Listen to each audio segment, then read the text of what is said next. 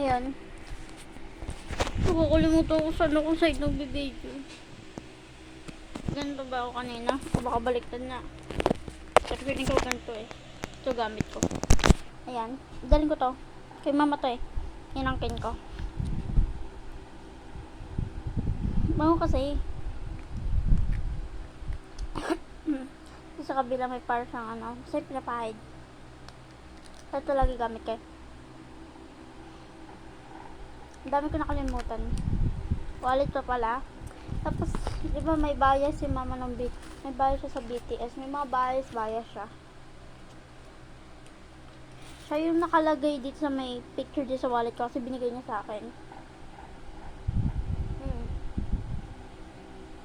Ayan no. Photocard niya. Binigay niya sa akin. Tapos nakalagay siya dito dati. So, may lalagay ng picture sa wallet. Ngayon, diba, pasokan na. Ibinalik ko na ang aking pagmumukha dyan. Nasa likod naman siya. Diba? Balik. Ang bigat na wallet ko. Puro barya. Ayan. Babalik ko na siya. Ay, lalagay ko na siya.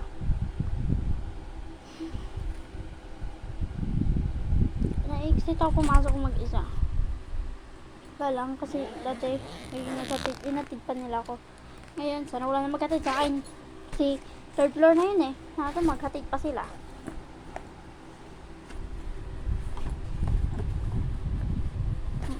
Ayan. Sigurado to, hindi ko na naman ito mag-post. Sana mag-post ko. Kasi tinatamad ako eh. Ayan. Gamit ko na naman siya. Ay ko siyang gamit nung pag-uwi namin galing Manila. Yes. Tako kasi nawala. Alam saan ko to ilalagay? Ito lang sa bulsa ko nasan yung mga lapis. Para takain ko na lang pag kailangan ko. Tapos, lagi ako may dalang tawag dito. Isa.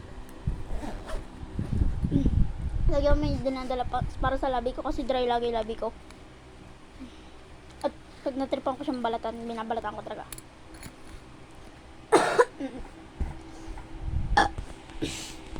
Tapos minsan ang ulam namin may toyo.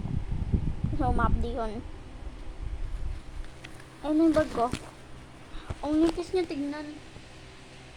Parang pero mabigat na.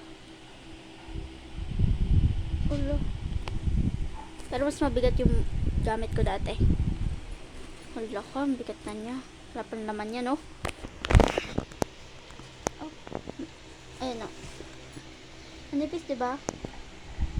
No, sa notebook din eh. Kasi makakapal yung notebook ko ngayon. Kasi malalaki din. Science na. Ayan, laki na eh. Ay, goodness. Ba't notebook na ganun? Ito, nangyari.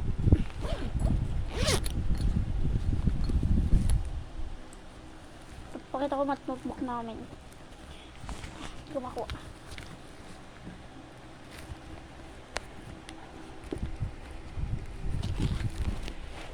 Ayan o. Mat notebook. Makapal na siya. May din siya sa likod. Plastic na siya din. Hanggang likod yung plastic niya.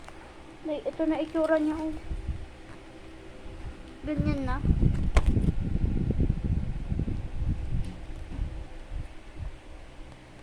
Paano to?